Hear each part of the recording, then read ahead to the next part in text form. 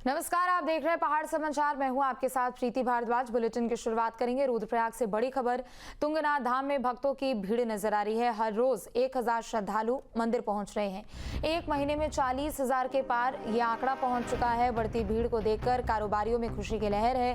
हिमालय में सबसे ऊंचाई पर बना है तुंगनाथ धाम। तो प्रदेश में 4 धाम यात्रा जारी है और इसके अलावा तुंगनाथ धाम में भी भक्तों की भारी भीड़ नजर आ रही है। हर रोज लगभग 1000 के आसपास श्रद्धालुओं की संख्या पहुंच रही है और पिछले एक महीने में 40,000 के ऊपर यह आंकड़ा पहुंच चुका है। बता दें कि 30 अप्रैल से 4 धाम यात्रा की शुरुआत हुई थी और ठीक एक सप्ताह बाद तुंगनाथ धाम के भी कपाट खोले गए थे और उसके बाद से लगातार श्रद्धालुओं की तादाद यहाँ पर बढ़ती जा रही है। बढ़ती भीड़ को देखते हुए कारोबारियों में भी खुशी की लहर नजर आ रही है। हिमालय में सबसे ऊंचाई पर बना है तुंगनाथ धाम। तो रुद्रप्रयाग से ये बड़ी खबर आपको बता दें, चूंकि 4 धाम यात्रा के साथ साथ तुंगनाथ के भी दर्शन करने के लिए हजारों की संख्या में भक्त पहुंच रहे हैं और अब तक पिछले एक महीने में 40,000 से ऊपर श्रद्धालु तुंगनाथ धाम पहुंच चुके हैं। बता दें कि हिमालय की चोटियों पर सबसे ऊंचाई वाले स्थान पर बसा है तुंगनाथ धाम।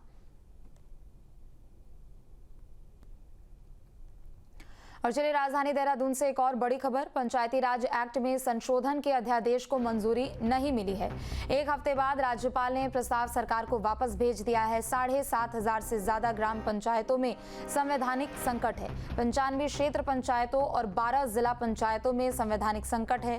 27 मई से प्रदेश की पंचायतों में ना प्रशासक है और ना ही निर्वाचित बोर्ड है। तो ये बड़ी खबर आपको बता दें, पंचायती राज एक्ट में संशोधन के अध्यादेश को मंजूरी नहीं मिली है। एक हफ्ते बाद राज्यपाल ने प्रस्ताव सरकार को भेज दिया।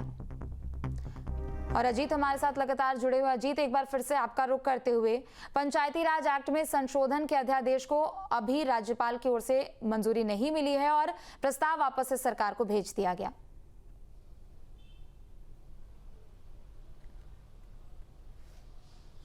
देखिए, आपको याद होगा कि पिछले 6 महीने से पंचायतों में प्रशासकों की नियुक्ति हो रखी है और ये नियुक्ति भी यहाँ इस बार कई नई परंपराएं शुरू हुई है।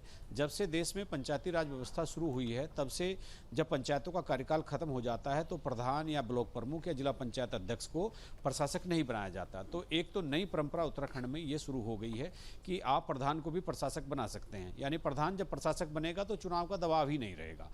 दूसरा, जब से पंचायती राज व्यवस्था शुरू हुई है तब से ये पहला मौका है देश में, और अगर मैं देश की भी गारंटी नहीं लेता, पूरे देश के राज्यों की गारंटी नहीं लेता, तो कम से कम 25 सालों की गारंटी उत्तराखंड की तो ले ही रहा हूँ अपने दर्शकों को बताने के लिए कि 25 सालों में ऐसा संवैधानिक संकट ग्राम पंचायतों में, ब्लॉक प्रमुखों के, क्षेत्र पंचायतों में, जिला पंचायतों में नहीं आया जब ना प्रशासक है और ना निर्वाचित बोर्ड है। अब कहने को तो अधिकारी ये भी कह रहे हैं कि अभी वहाँ कोई कामकाज नहीं हो रहा है, तो इसीलिए इसमें कोई फर्क नहीं पड़ता, लेकिन संविधान की मूल भावना के अनुरूप कोई चीज़ नहीं होती है तो उससे नुकसान और फायदा नहीं देखा जाता। उससे कॉन्स्टिट्यूशन की मंशा क्या थी, उसकी मूल आत्मा क्या थी, पंचायतों को सशक्तिकरण के तमाम दावे किए जाते हैं तमाम सरकारों के द्वारा, केंद्र के द्वारा भी, राज्य सरकारों के द्वारा भी, लेकिन पिछले 27 तारीख से हमारे यहाँ सभी त्रिस्तरीय पंचायतों में संवैधानिक संकट है और ये एक पहला वाकया है।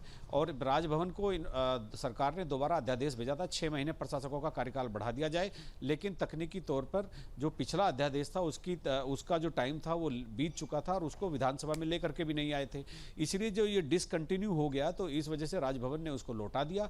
अब सरकार के पास 2 ही रास्ते बचे हैं, या तो विशेष सत्र बुलाकर प्रशासकों का कार्यकाल बढ़वाए, नंबर 1, और नंबर 2, जो कल जो कैबिनेट हो रही है उसमें चुनाव कार्यक्रम का खाका तैयार करके रख दे ताकि कैबिनेट उसको मंजूरी दे दे और जुलाई के फर्स्ट वीक तक चुनाव करवा लिए जाएं।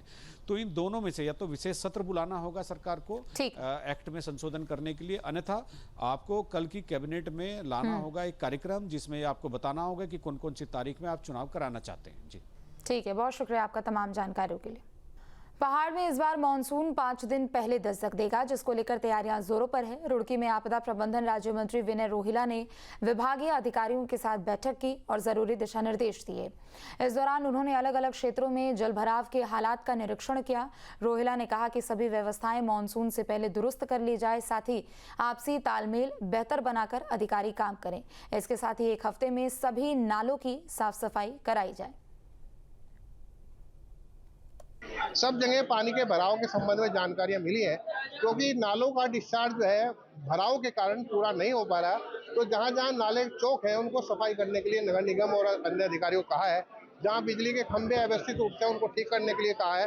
अपनी दवाइयों की व्यवस्था सांप जीव जंतुओं से एंटीडोज सभी हॉस्पिटल में रखने के लिए, सभी अपने पुलिस विभाग को चुस्त दुरुस्त करने के लिए, गड्ढा मुक्त होल मुक्त करने के लिए सभी प्रयास करने के लिए सभी अधिकारियों से चर्चा हुई है।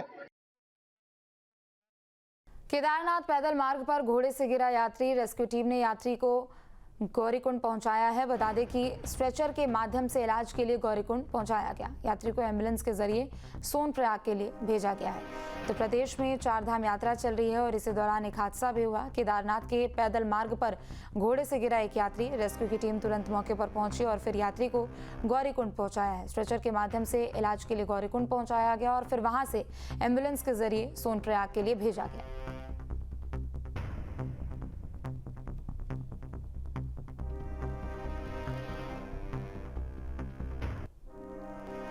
नैनीताल में मौसम ने करवट ली है। तेज हवाओं के साथ बारिश हुई है। बारिश के दौरान भारी भरकम पेड़ भी टूटकर गिर पड़ा। बिजली की तारों को भी नुकसान हुआ है। मॉल रोड में यातायात बाधित हुआ। तो खबर नैनीताल से आपको बता दें और तस्वीरें भी आपके सामने। तेज हवाओं के साथ बारिश हुई है। मौसम का मिजाज पहाड़ों पर बदला हुआ नजर आ रहा है और इस दौरान बारिश में एक भारी भरकम पेड़ भी टूटकर गिर पड़ा। बिजली की तारों को नुकसान हुआ है। यातायात भी कुछ समय के लिए बाधित रहा। मॉल रोड में यातायात बाधित रहा।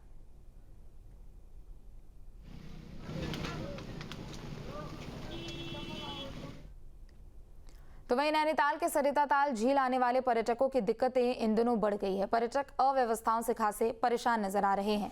दरअसल पिछले कई दिनों से सरिता ताल झील के सड़ने से वुडलैंड वाटरफॉल में दुर्गंध आ रही है, जिससे यहां आने वाले सैलानी परेशान है। दरअसल नैनीताल कालाडूंगी मार्ग पर करीब 7 किलोमीटर दूर सरिता ताल झील है।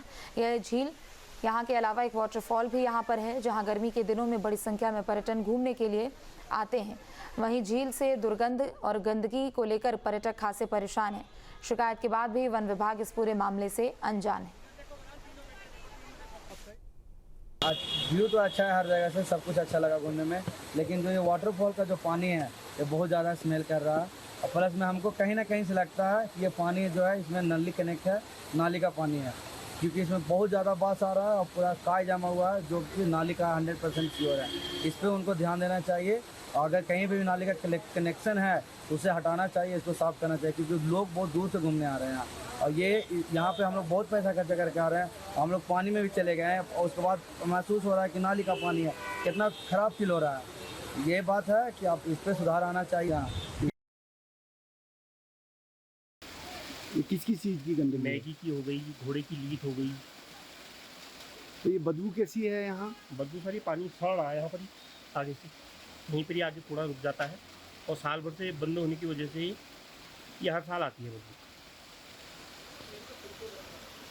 इसके लिए कहीं कंप्लेन करी आपने? जय विभाग में जाते हैं सर, वो आते ही नहीं है देखने के लिए। जहाँ भक्ति है हर शब्द में, कथाओं में छुपे हैं दिव्य रहस्य और ज्योतिष देता है जीवन को दिशा। धर्म से जुड़ी हर बातों को जानने के लिए हमारे चैनल स्तुति को सब्सक्राइब करें।